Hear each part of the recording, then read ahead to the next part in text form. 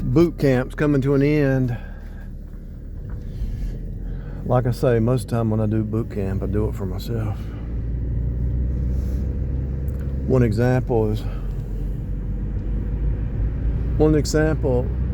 Okay, so if you really do the meditation about really what's going on, I don't even know if I should talk about this because it'll mess you up. You need to be self-aware of your thoughts, and you need to be comparing them with Scripture. The Scripture's been here a lot longer than you have, and it's surpassed every culture. It's been through every culture, and it applies through every culture.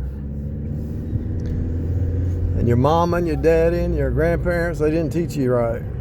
They might have taught you some things right, but they didn't teach you right. You're going to learn some things from your boss, from your wife, from your spouse,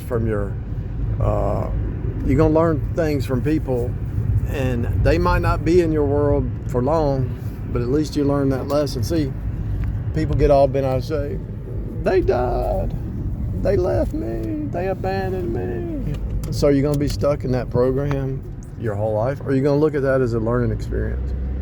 You never really loved them, because you might have loved them as a person, but you didn't know them. They didn't know themselves, because you're changing every day. I remember, it's like, Lord, she don't even know who I am. She don't even know my motive. If you don't do any kind of internal psychological evaluation of yourself or the other person, and y'all two don't talk about your childhood experiences and all the stuff that's going on, you can't know that person. I just walked around the block, jogged a little bit, rode the bike around the block. I am about to starve. I'm about to starve.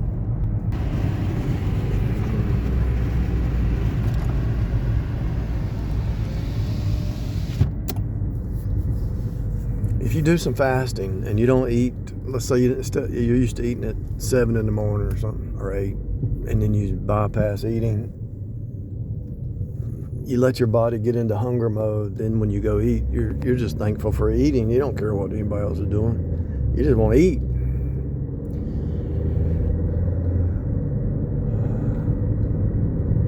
I just need some food, and I'm gonna make it hell or high water to get that food, right?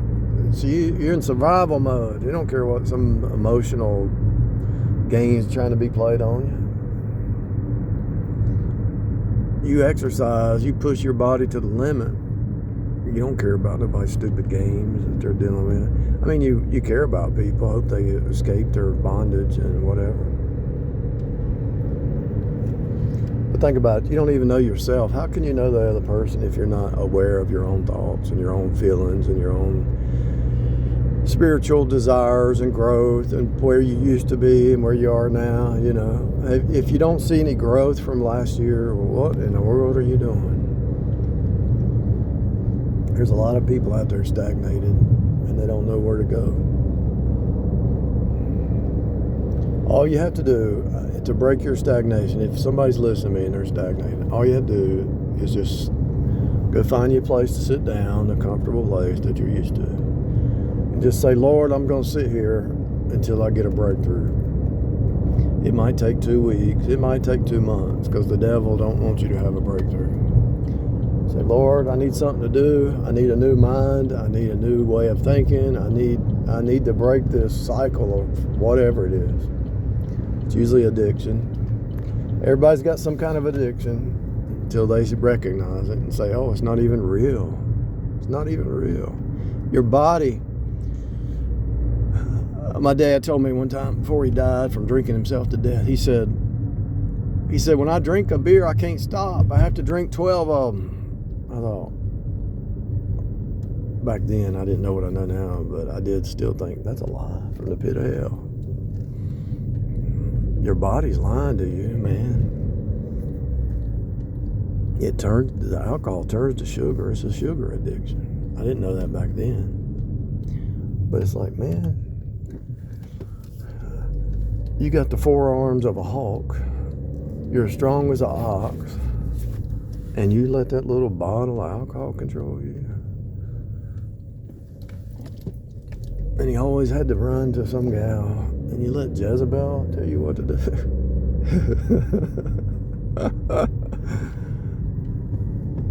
You're as strong as an ox, and you're letting alcohol and Jezebel. See, that's how Jezebel controls somebody. Get them drunk.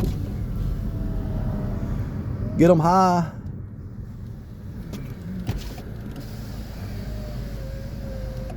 Isn't that in the Bible? She makes up she dresses her bed up real nice and says, "Come on in, let's have our fill of love." And she puts that on him for 2 weeks, and he thinks he's in love, and then she cuts him off, and then he goes to drinking. It's the same game. Wake up. Wake up. That job pulls you in. Oh, it's great. The first 2 weeks, man, you're being love bombed. It's like a church. You go and join that church, you're being love bombed. All right, you had 2 weeks of training. Now, we want some blood, sweat, and tears. And if you don't do this blood, sweat, and tears, they only have 90 days to get you trained, right? They only have 90 days to get you trained. Because if they don't fire you before 90 days, they got to pay unemployment. So 2 weeks, they get you through the training. Now we want that blood, sweat, and tears. And you got 30 days to make it happen. Get in the program or get out. Churches, oh, we love you, brother. We love you, sister. But if you don't tithe, you're not right with God. We'll teach me about finances. Well, you have to go to your financial guru to learn that. I thought the church was a microcosm.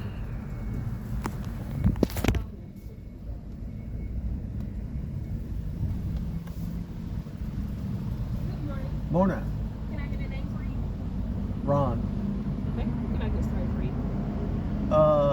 Number 1, add bacon, medium Coke. Any sauces for you?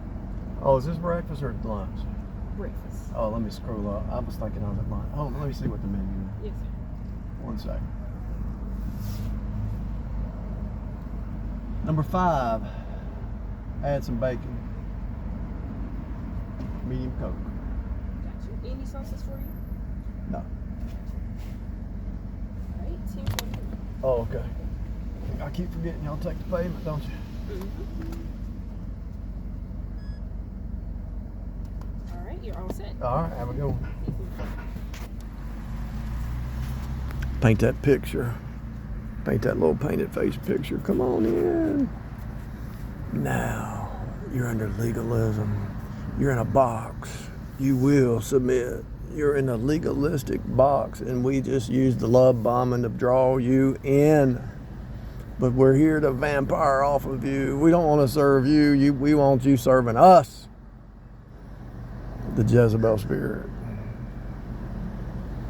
The devil fooled Eve. I want to be my own God. I want to usurp God. I want to make God serve me. I don't want to serve God. Where did it start? Genesis 3. Is it still happening? If I went to work here, I would see people, I would see employees who hate authority, who don't want to submit, and then I'd also see probably some legalistic authority.